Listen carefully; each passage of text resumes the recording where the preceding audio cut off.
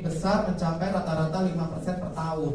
Tapi sayangnya 26 juta masyarakat hidup di bawah garis kemiskinan. 4,6 juta anak usia sekolah tidak menerima pendidikan yang bagus. Bencana alam juga tinggi, banyak balita kekurangan gizi.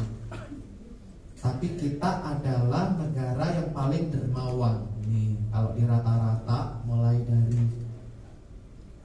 menolong orang nggak dikenal, mendonasikan uang, kita itu menduduki peringkat yang paling tinggi. Ya, skornya nomor 1. Ya kan? Anda paling seneng tuh, bukan paling seneng ya, gampang terharu orang Indonesia itu.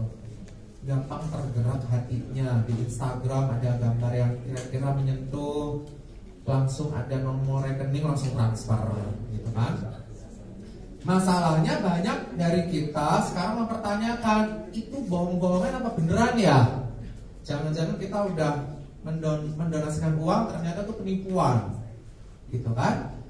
Nah, makanya untuk di syariah ini ada istilah wakaf. Solusi syariah untuk kesejahteraan masyarakat ada 4 sebetulnya: zakat, infak, sedekah, dan wakaf. Ziswaf, ya. Zakat itu 2,5% dari harta kita. Zakat fitrah setiap lebaran, sebelum sholat id kita harus bayar zakat. Infak memberikan harta atau benda untuk kepentingan umum, ya. Sedekah memberikan sesuatu kepada orang tidak mampu. Sudahkah Anda bersedekah hari ini? Contohnya apa sedekahnya?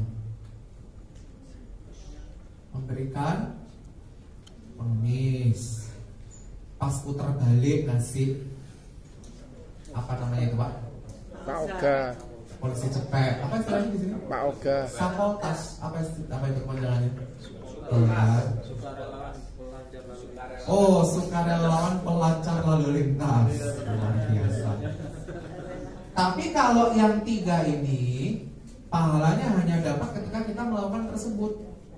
Ya, habis itu ya kalau mau dapat pahala lagi silakan bersedekah yang lain.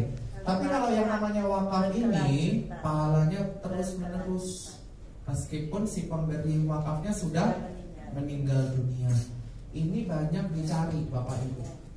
Masalahnya banyak orang yang mau berwakaf tapi nggak ngerti apa yang mau diwakafin. Sekarang belum ada rumah. Kan contoh wakaf itu mewakafkan rumah untuk jadi masjid, mewakafkan tanah untuk sekolah, untuk pemakaman umum misalnya. Mewakafkan mobil untuk apa? Ambulan. Bolehlah punya Honda Brio, diwakafkan untuk ambulan, nggak cukup Bu buat jenazahnya. Minion itu ya, jenazahnya Minion, yang mini cukup. Jadi apa Bu?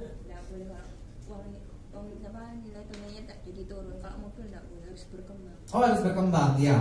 Jadi contohnya apa Bu berarti? Kan kalau gedung, sekolah, masjid kan berkembang. Jadi nilai-nilainya kan ini harus produktif. Ya. Wakaf tuh bedanya. Ya, nanti ada contohnya lagi. Ya. Tapi sebetulnya kalau untuk yang bergerak sebetulnya mobil bisa, tapi syarat dan ketentuan berlaku. Untuk apa dulu kepentingannya? Misalnya untuk rumah sakit, terus yang sakit di rumah sakitnya apa? Jadi berkembang nggak? Nah, nanti bisa didonasikan untuk yang lain lagi. Tuh, ya. Jadi wakaf itu gimana? Salah satu kedermawanan dalam Islam yang menjanjikan kebaikan yang tidak terputus bagi yang melakukan, sekaligus memberikan manfaat berkelanjutan bagi masyarakat. Wakaf itu abadi, pokok uang harta wakafnya akan dijaga, dikembangkan, betul sekali tadi. Dan setiap keuntungan yang dihasilkan dari pengembangan harta wakaf tersebut akan disalurkan dalam bentuk sedekah. Ketika seseorang meninggal, seluruh amal perbuatan akan terputus kecuali 3 hal ini: sedekah jariah termasuk wakaf, ilmu yang bermanfaat, dan anak soleh yang mendoakan orang tuanya. Saya ingin berwakaf tapi belum punya aset. Saya ingin berwakaf tapi siapa yang bisa menyalurkan? Boleh nggak manfaat asuransi diwakafkan? Jelas boleh, karena ada 7 keunggulan program wakaf prudensial. Bisa direncanakan. PCB bisa diwakafin nggak? Hanya PSGB yang bisa diwakafkan. Proses administrasi mudah, ada fitur booster proteksi, berarti UP-nya naik. Ada fitur booster investasi, akan menambah wakaf manfaat investasi. dan bisa ditransfer langsung ke lembaga wakaf. Pilihan peserta, proteksi dan wakaf dalam satu solusi dan bisa diikuti oleh siapapun. Ini fatwa DSN MUI yang menyatakan bahwa wakaf, asuransi dan investasi itu boleh. Nah, yang diwakafin apa Bapak Ibu? Pertama, wakaf santunan asuransi meninggal dunia saja, nggak apa-apa. Kan manfaat PGB itu ada UP dan nilai tunai, betul ya? Yang diwakafkan UP-nya aja boleh, atau nilai tunainya aja juga boleh, atau dua-duanya gabungan. Kalau nasabah mau mewakafkan santunan asuransi meninggalnya saja, berarti maksimal ada 45% sama 95%. Ya, kalau nasabah milih yang diwakafkan santunan asuransi meninggalnya saja, berarti apa yang diwakafin Bapak Ibu? UP jiwa pasti. Terus yang ada manfaat meninggalnya apalagi? CCB, PADD Plus, PRUAS ada manfaat meninggal karena kecelakaan, santunan itu KS Plus. PPH ada juga nggak? Santunan pemakaman, dana marhama, ya kan itu juga totalnya semua berapa? 45%-nya diwakafkan, 55%-nya tetap untuk ahli waris. Bisa juga untuk 95, kok dikit amat Pak yang diwakafin cuma 45. Aku mau lebih tinggi, silakan milih yang 95%. Nanti saya jelasin. Kalau wakaf nilai tunainya saja berarti cuma 33,33. Karena ada hadis yang menyatakan kalau mewakafkan nilai tunai, harta kita cukup sepertiga aja. Makanya hanya 33,33%. Kalau mau dua-duanya boleh nggak diwakafin? 45% dari total UP meninggal sama 33,3% dari nilai tunai. Boleh, berarti dua-duanya diwakafin. Ya, contoh, ada nasabah punya UP 1M, terus mau mewakafkan dengan 45%, maksimal 45%. Berarti kalau cuma 10% boleh nggak Bapak Ibu? Boleh, nggak apa-apa. Mau 20% juga boleh. Mau 45% maksimal. Ya, berarti ketika nanti terjadi resiko meninggal, 45%-nya akan diberikan ke nazir, lembaga wakaf yang ditunjuk. 55%-nya tetap akan diberikan ke ahli waris. Nah, nanti makanya kalau nasabah Anda mau berwakaf, di awal harus mengirim janji ikrar wakaf. Kenapa kok masih janji? Karena bisa di-cancel. Pertama, nasabahnya 45%.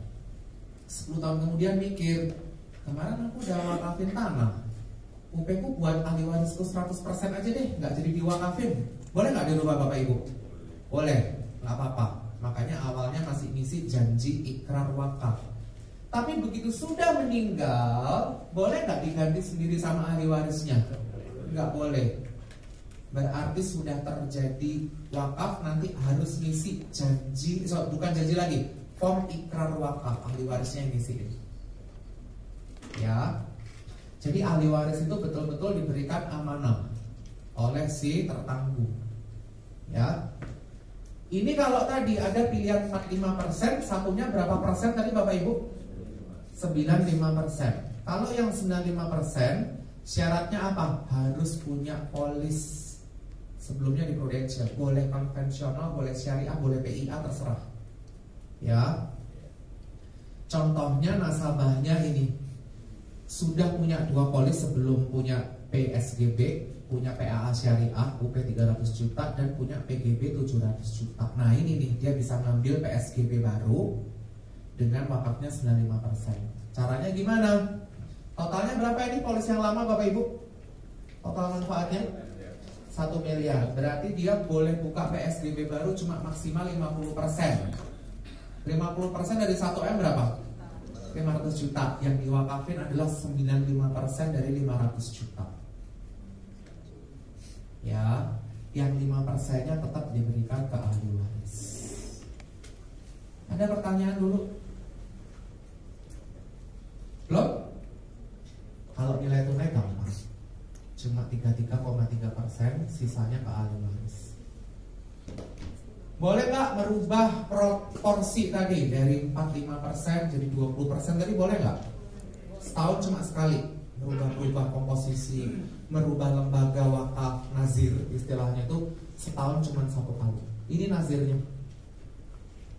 Masih akan terus bertambah. Dompet Duafa, IWakaf, LWMUI, Lembaga Wakaf, Majelis Ulama Indonesia. Saya akan ngomong Lembaga Wakaf Museum Rekor Indonesia. Ingatnya MURI. Sudah? Nah, bedanya apa? Sebetulnya sama kayak nih prospek PSGB biasa. Cuma nanti di pas ngisi SPAJ ada pilihan ini, step 5, calon penerima manfaat. Apakah Anda ingin mengikuti program wakaf? Kalau Anda klik iya, berarti ditunggu 30 hari kemudian, setelah policy shoot 30 hari kemudian menyerahkan 2 dokumen tambahan, dokumen janji ikrar wakaf sama dokumen perubahan penerima manfaat, bahwa yang menerima nggak cuma penerima manfaat 100%, tapi sebagian lagi diberikan ke nasi. Ini ditunggu maksimal 30 hari.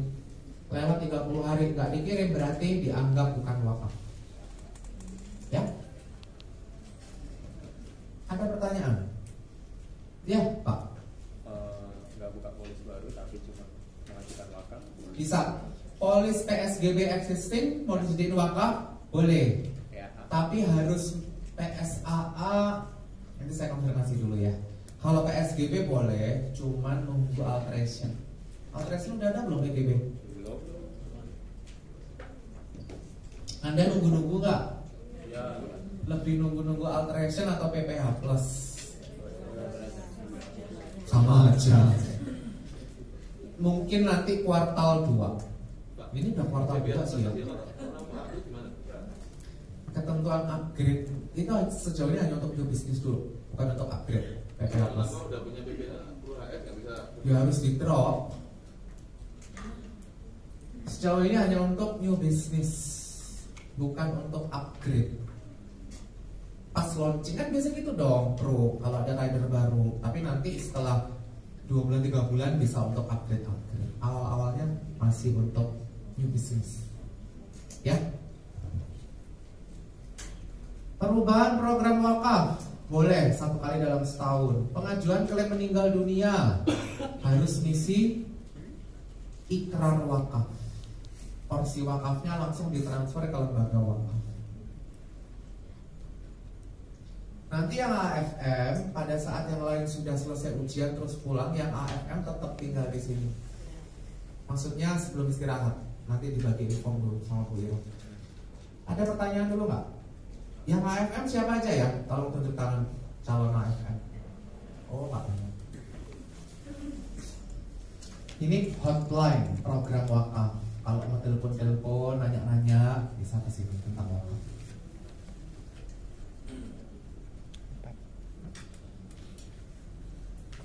Sudah? Ujian. Sebelum ujian, ada yang nggak bisa cek